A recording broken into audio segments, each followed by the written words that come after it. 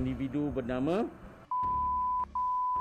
yang dikatakan telah ditangkap oleh pihak berkuasa Thailand. Dan kita JAKIM ataupun Jabatan Agama Negeri sentiasa pintunya terbuka untuk dia bincang, untuk kita bersama-sama supaya dia kembali ke fitrah asal.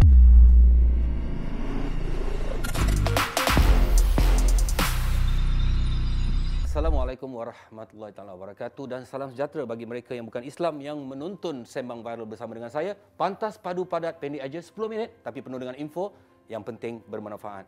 Okey, saya bersama dengan saya ialah yang berbahagia Ustaz Elias Ismail. Apa khabar Ustaz? Sihat, alhamdulillah Datuk, sihat. Okey Ustaz, ini hari kita nak sembang satu tajuk dia Gerakan Pelangi Ustaz. Gerakan Pelangi ni Ustaz, ada satu cerita ni Ustaz, ada satu individu ni dia berpakaian wanita kan, lepas tu dia dapat meloloskan diri dia pergi ke negara jiran. Dia dulu pernah kecoh jugalah dekat Masjidil Haram, buat kecoh semua dan dia terlepas ke sana Ustaz kan. Ini menjadi satu perbualan yang begitu hangat. Dan hari ini kita nak minta pandangan daripada Ustaz lah. Apa pendapat Ustaz mengenai perkara ni? Individu ni berani melakukan tindakan sebegini, mencemarkan kesucian agama Islam hanya semata-mata untuk membuktikan mereka ni ialah perempuan, bukan lelaki. Dia manusia ni ada tiga. Dia ada sama ada lelaki-lelaki, dia perempuan ataupun dia khunsa. Khunsa ni maksudnya dia ada dua kemaluan. Betul. Kalau sekiranya dia sememangnya dia lelaki-lelaki itu, tapi dia ni berpakaian perempuan. Dia silang. Dia lahir sebagai lelaki-lelaki, dia pun memang lelaki-lelaki, tapi dia berpakaian perempuan, ini kena laknat. Laknat. Kena laknat. Sebab Nabi SAW sebut, la'ana Rasul SAW ar-rajulu yalbasu libsatal mar'ah. Nabi dan Allah Ta'ala melaknat suatu orang lelaki-lelaki yang berpakaian perempuan. Dan begitu juga sebaliknya. Kalau dia seorang perempuan berpakaian lelaki-lelaki, dia konon-konon nak belagak jadi hero ke apa kan. Dia berpakaian lelaki-lelaki, maka dia juga termasuk dalam kalangan golongan yang dilaknat oleh Allah SWT. So laknat di sini artinya kehidupan dia tu dipenuhi dengan tak ada kasih sayang Allah Ta'ala lah. Tapi Allah sayang juga, bagi kat rezeki pada tu, pada dia kan.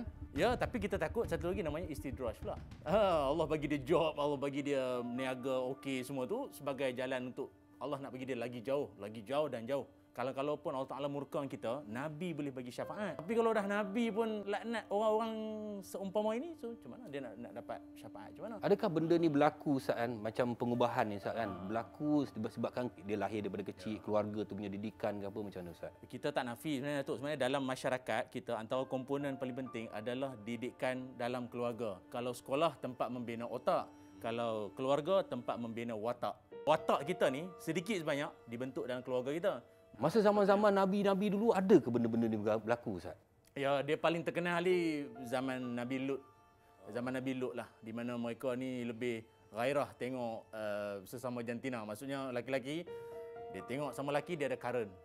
Itu ada zaman Nabi Lut tu ada. Dan perangai macam tu pun masih terbawa-bawa lagi sampailah ke. Saya terbaca ada satu risalah ni mengatakan yang Laut Mati adalah satu kawasan di mana Allah murka, Allah hantarkan malaikat Jibril dengan hanya pukulan satu kepak dia, maka terbaliklah tempat tu, hilang semua tu kerana mengamalkan perkara-perkara yang macam ni. Betul, sebab saya pun dah alhamdulillah lah rezeki dapat sampai ke kawasan Laut Mati. Dia Jordan dengan Israel punya kawasan tu, tengah-tengah tu, yang mana kalau kita tengok simbolik daripada kejadian Laut Mati tu adalah apa yang berlaku pada kaum tu. Kejadian dia bagaimana? Asalnya permukaan tanah ataupun bumi tu begini, diterbalikkan Allah Taala dengan izin Allah Taala, malaikat semua angkat tanah tu, diterbalikkan. Yang atas jadi bawah, yang bawah jadi atas. Sebab tu kandungan mineral ataupun garam dia yang bawah tu jadi ke atas. Dia terbalik. Sebab apa terbalik? Perangai orang kaum Nabi Lut tu terbalik. Kita bukan nak mencari masalah ni. Dia juga boleh berlaku pada kita. Apa yang kita bincang hari ni boleh berlaku pada anak-anak kita. Kita dah ada kawan-kawan ataupun masyarakat yang pergi ke arah ini. So macam mana, apa yang perlu kita sebagai kawan masyarakat untuk menarik dia orang balik kepada kita, kepada asal dia? Dalam kehidupan kita bermasyarakat ni, Nabi SAW, Nabi ajar supaya kita ni yukhalitun nas wa yasbiru ala adhahum. Maksudnya, kau jangan memilih-milih, kau kawan dengan semua orang, Nabi pesan. Dan kau mesti bersabar bila kau jumpa pelbagai arena ragam PL manusia ni, kau kena sabar sikit. Kalau di kalangan mereka ni ada isu dalaman, maksud krisis identiti ke apa, sedikit sebanyak kita dapat membantu melorong mereka ini, bukan mengecam, menghentam. Ini bolehkah kita menghentam dia orang? Yalah kan sekarang kita tengok dalam sosial media. Kalau satu benda baru tu semua orang masuk tutang kau ni tak ada macam dia orang rasa hidup dia orang tu macam dia orang tu baik sangat. Sepatutnya apa yang perlu kita buat? Kita kena didikan, menarik dia kan. Kata macam media sosial tu abah dia punya kan. Betul. Kan? Dia sebenarnya kita ni dalam masyarakat punyalah agama Islam mengajarkan supaya antara golongan ataupun yang kita tak boleh hina apa dia? Antara yang Allah Taala sebut dalam Quran, tak boleh hina sembahan agama lain. Ini bukan arahan Jakim. Ni Allah Taala sebut ni. Kau jangan hina, kau jangan cela sembahan agama lain. Bentuk dia, rupa dia, kau jangan hina. Bayangkan, patung yang tak ada nyawa, tak ada apa pun dilarang daripada hina. Apatah lagi manusia yang berhati, ada nurani, ada perasaan. Cuma kerana kekhilafan dia, tak kita nak maki dia, menghina dia. Yang kita marahkan sifat dia tu, perangai dia tu. Orangnya tidak. Sifat dia. Sifat dia tu. Yang orang kata, "Alah Ustaz, tak kalau kita nak sangka baik, dah dia memang dah yang sangka baik tu orangnya. Yang buruk perangai dia." Kita sebagai masyarakat perlu senantiasa menghidupkan perbincangan benda-benda macam ni supaya lama kelamaan satunya kita sedar, ada awareness, ada kesedaran. Yang keduanya baru kita dapat sama-sama untuk, saya gunakan istilah membantulah. Kita bukan nak menghancurkan mana tidak, tapi kita nak membantu mereka, melorongkan mereka ke arah jalan yang benar. Allah Ta'ala bukan nak tengok kau berjaya mengubah dia, tapi Allah nak tengok kau usaha ke tidak. Kau sembang pumpang, kau tak buat apa pun. Kau tak sentuh pun hati dia. Tadi kita bincang ada yang lembut, ada yang keras, ada yang macam-macam, ada peringkat dia orang ni kan. Tapi dia orang ni kadang-kadang ada yang dia berpakaian perempuan, ada yang tiba-tiba daripada lembut dia tiba dia jadi lelaki hebat.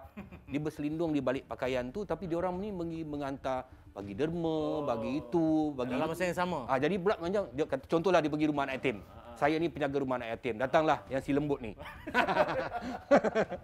Datang bagi kat saya kan. Jadi saya terima. Boleh ke saya terima? Boleh ke saya terima? Ada netizen kata, dia macam tu pun dia bagi derma, dia buat sumbangan, kau ada bagi. Boleh ke tak boleh Ustaz? Kau ada. Kau ada. Macam mana Ustaz? Dia bila kita buat kebaikan is kebaikan lah. Buat benda baik memang itu benda baik. Kita tak nafikan. Dia tengah bersedekah, kita kata jahat betul kau bersedekah. Mana dia buat benda baik memang betul lah kebaikan. Tetapi kalau dia buat benda jahat, itulah kejahatan. Kalau kita bercakap dari konteks si penerima. Orang yang nak menerima sedekah tadi itu tak ada masalah. Dia nak ambil sedekah tersebut tidak ada masalah. Dia tak perlulah dia nak kata, janganlah ini duit daripada seorang yang asalnya bukan laki-laki ke bukan perempuan original ke apa. Dia yang begitu. Orang nak bagi sedekah, ambil saja. Ambil saja. Okey, sekarang ni konteks si pemberi sedekah tu yang mana dia pun hidupnya mungkin dalam keadaan begitu. Apa yang kita boleh kongsikan adalah kalaupun awak ni rajin bersedekah, banyak buat kebaikan sekalipun, tetapi ada terselit dalam tu ataupun sememangnya awak ni ada buat benda yang Allah Ta'ala laknat, Allah Ta'ala murka. Yang paling kita takut apa tahu? Di zaman Nabi SAW dulu ada satu orang perempuan. Ni dengar baik-baik. Bukan setakat sedekah je tau. Sahabat Nabi beritahu, "Ya Rasulullah, ada satu orang perempuan ni, dia ni kuat sembahyang malam, dia kuat berpuasa, dia kuat sedekah." Saya ingat di kalangan penonton jarang ada 3 package ni. Salah satu saja.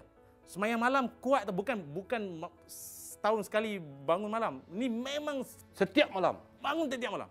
Dan berpuasa sunat. Dan kuat bersedekah. Cuma satu saja ya Rasul, dia punya problem dia. Dia suka sakitkan hati jiran dia. Okey. So macam mana nak kira macam mana tu? Baik lagi banyak kalau ikutkan. Sikit saja buat sakit hati jiran. Satu je jiran pun. Okey. Apa kata Nabi? Hiya finnar. Dia di neraka. Apa pelajaran dia? Kau buatlah amal setinggi mana sekalipun, tetapi ada benda yang tak kena di situ. Berkait dengan soal jiran, berkait dengan soal masyarakat, soal dosa kau. Benda tu kau jangan sesekali anggap bahawa aku kan banyak sedekah, nanti Allah tak lampulah. Tak boleh. Sedekah betul. Tetapi kalau engkau ada benda yang mengundang kemurkaan Allah, kita bimbang yang sedekah tadi tu Tuhan tak pandang. Kita bimbang. Bukan kata Tuhan tak pandang. Takut Allah tak pandang nanti. Yang Allah pandang Sangkut ni. pula kalau tak jadi dengan perbuatan tu dilaknati. Itu takut tu.